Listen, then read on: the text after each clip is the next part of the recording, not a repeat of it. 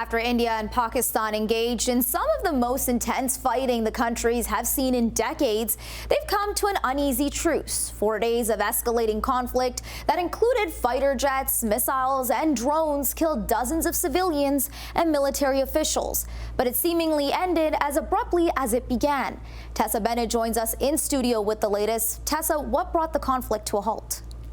Manisa, new details reveal a number of phone calls on Saturday brought about a truce between the nuclear-armed neighbours with the help of outside forces. But within hours of the deal being announced, each side was accusing the other of violating the ceasefire conditions.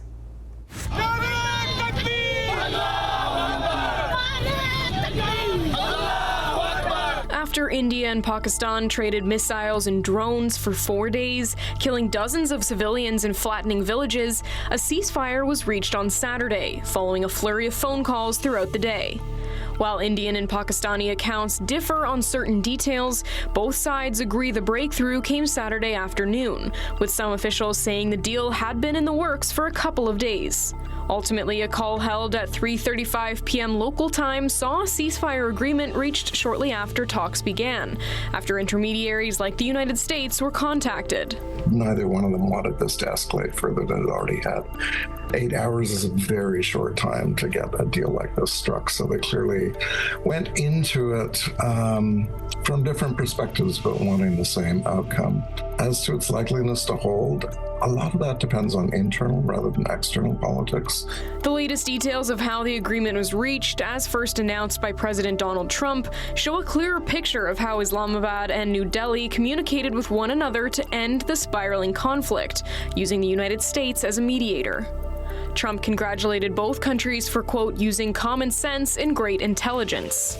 On Saturday, my administration helped broker a full and immediate ceasefire, I think a permanent one, between India and Pakistan, ending a dangerous conflict of two nations with lots of nuclear weapons.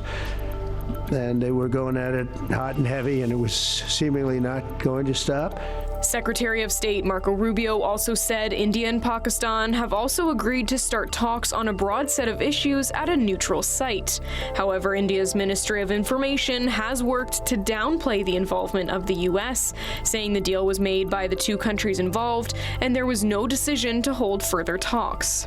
The flare-up of tensions between the two countries was reportedly triggered by a massacre of tourists last month in Indian-controlled Kashmir, a region that has long been the source of conflict for the two countries, inciting numerous wars, with each side believing they should have control of the entire region. The war was resolved by a ceasefire line. Subsequent wars in 1965 and in 1971 led to what today is called the line of control. And the line of control is a ceasefire line. In essence, it's an informal international border between those two countries. Despite the welcome news of a truce, residents have been slow to return to their homes in the divided region of Kashmir, fearing the ceasefire deal would fall through.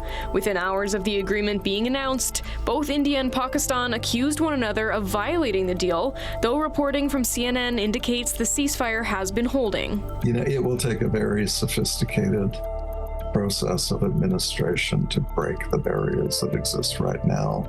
And it's not clear that anyone really has the leverage or the authority to do that.